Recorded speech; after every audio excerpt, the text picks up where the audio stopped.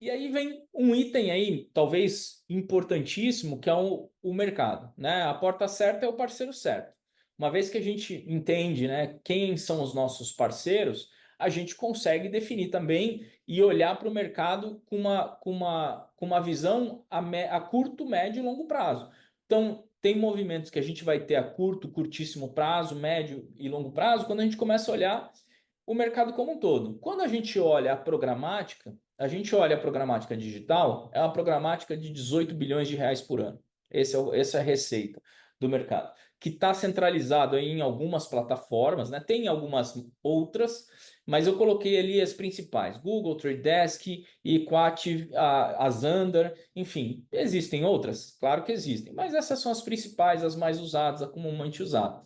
Quando a gente olha para o mercado de DOH, que é um mercado de 2,32 bilhões, a gente tem uma estimativa de que 7% disso, mais ou menos uns 160 milhões, está rodando via programática ainda. Então é pequeno o mercado comparando a essa dinâmica. Pensando em futurologia e coisas que a gente precisa se adequar, em algum momento esses grandes players vão começar a adquirir esses pequenos.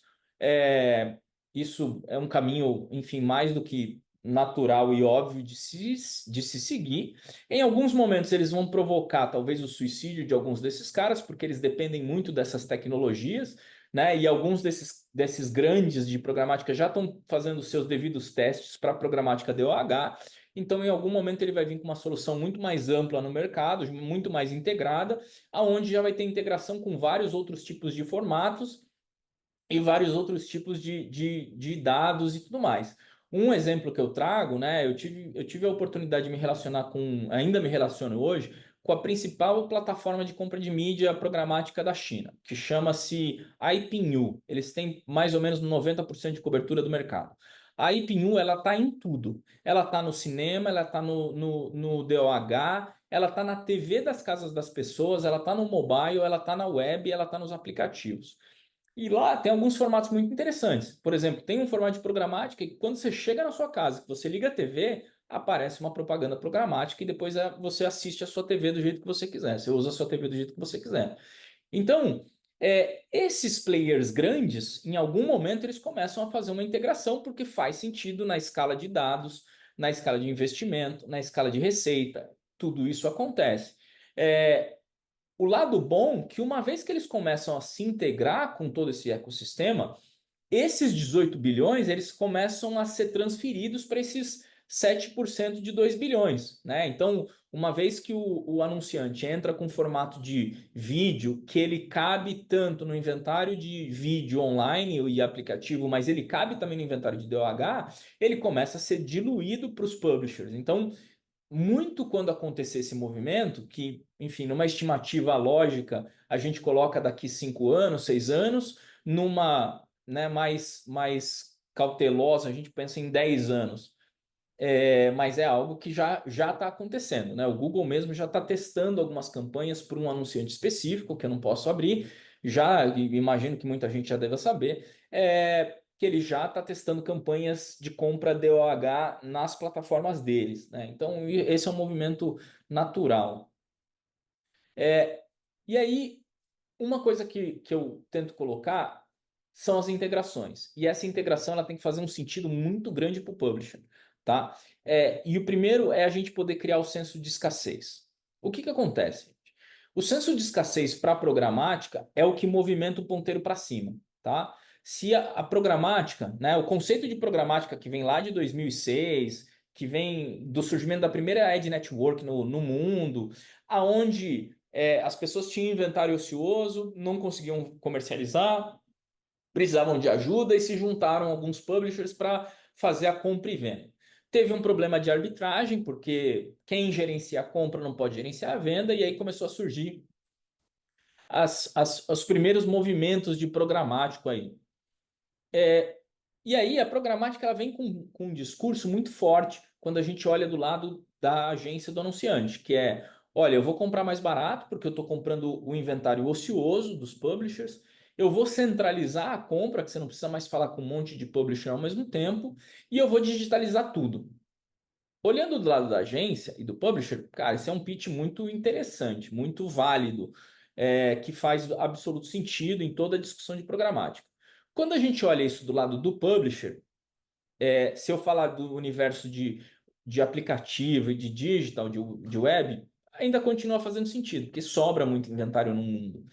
Quando a gente olha para o DOH, é um inventário limitado. Ele não sobra, né? Por mais que hoje possa sobrar, quando a gente olha o ecossistema de programático, quando a gente olha como o mercado está se movimentando, a gente olha que está mais para um canibalismo do que para uma receita recorrente de inventário ocioso, né? Então, como é que o publisher pode se proteger nesse sentido? É criar o senso de escassez. Como que ele faz isso? E essa é uma das naturezas da Niro. Se eu aceito plugar a DSP diretamente no meu inventário, então eu vou lá plugar uma DSP diretamente no meu slot, e outra DSP no meu outro slot, outra DSP no meu outro slot. A DSP vai entender que aquele slot ela pode fazer muita coisa, ela tem inventário para entregar e aquilo está sempre sobrando. Então ela não percebe o senso de escassez, a não ser que, né, o próprio publisher tem uma venda direta muito forte e aí esse slot está sempre muito cheio, né? Então aí possivelmente a DSP entenda isso. Mas mesmo assim ele tem um slot lá integrado, ou dois, né? Enfim, uma DSP pode ter dois, três slots integrados diretamente no mesmo publisher. E isso gera um problema, porque para ele o slot passa a ser quase que um instrumento dele, né? Uma ferramenta, um canal, uma plataforma e ele passa a ser o publisher. E isso cria uma macro dependência do publisher para a própria DSP. Porque a DSP, basicamente, ela está batendo no mesmo mercado que o publisher já bate. Só que ele está com um pitch de vendas muito melhor do que o próprio publisher. Né? O próprio publisher coloca lá a qualidade, o horário, a preferência, mas a DSP ela está ali brigando pelo mesmo anunciante. Né? Alguns devem ter sofrido com isso e outros não. E aí, por exemplo, no digital, foi criado um conceito que a gente chama de waterfall, que é a cascata de água, para proteger o publisher, né? Então, o publisher digital, eu tenho lá níveis aonde, no nível um eu tenho só venda direta, então esse cara tem privilégio de ser comprado, de ser exibido, de tudo. Depois eu tenho ali um outro espaço que são algumas negociações diferenciadas, e aí eu vou caindo até a programática. Então eu crio esse senso de escassez porque eu não estou deixando o inventário aberto para esse cara, eu estou fechando ele. E eu vou determinando esse preço. Tem publisher que faz isso sempre? Não, né? Eu mesmo estou envolvido em alguns projetos que eu olho o publisher e falo, cara, você não criou esse conceito e é necessário criar esse conceito, inclusive para precificação, né? Olha, quem que vai ter a melhor posição de exibição? Cara, tem que ser aquele teu cliente que está disposto a pagar mais, a estar presente nos melhores pontos e tudo mais. E aí a programática vem na sequência disso. Ela não pode jamais substituir esse teu cara, né, esse teu cliente, porque isso pode causar aí uma perca de cliente. E aí, de novo, a gente vem com a Niro para fazer esse senso de escassez. Como é que a gente faz isso? A gente coloca todas as DSPs em paralelo. Então elas não têm acesso a um slot, ela tem acesso a todo slot, desde que o slot esteja vazio. Então a gente cria uma competição entre elas para que vocês, publishers que estão utilizando a Niro, possam criar esse senso de escassez para eles. Porque quanto mais eles enxergarem que esse senso de escassez acontece, melhor o preço que eles vão vender. Né? Então, veio uma DSP, vendeu por, sei lá, um preço X. A outra DSP vai tentar vender e aí você pode dizer, olha, não tenho mais espaço. E ele vai entender que ele precisa vender por um preço melhor para conseguir comprar o espaço de uma outra DSP. E aí que a gente precisa também na precificação colocar algumas condições na venda, no processo, para que eles possam participar dessa competição saudável que faz bem para o publisher, faz bem para o mercado, faz bem para todo mundo. Né?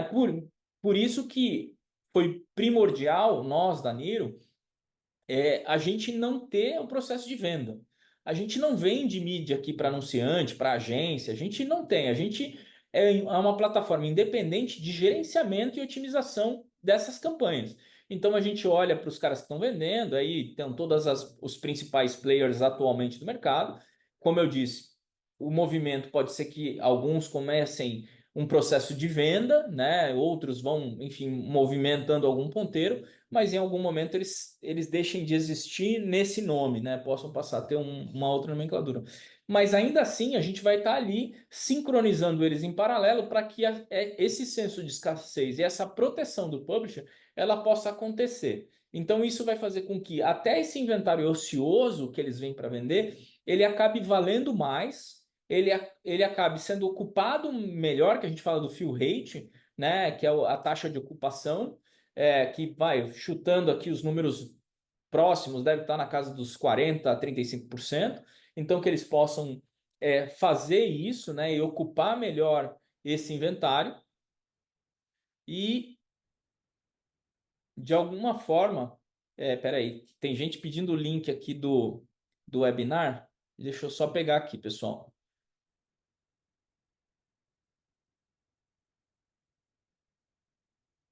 Ah, meu Deus. Se alguém tiver mais rápido aqui.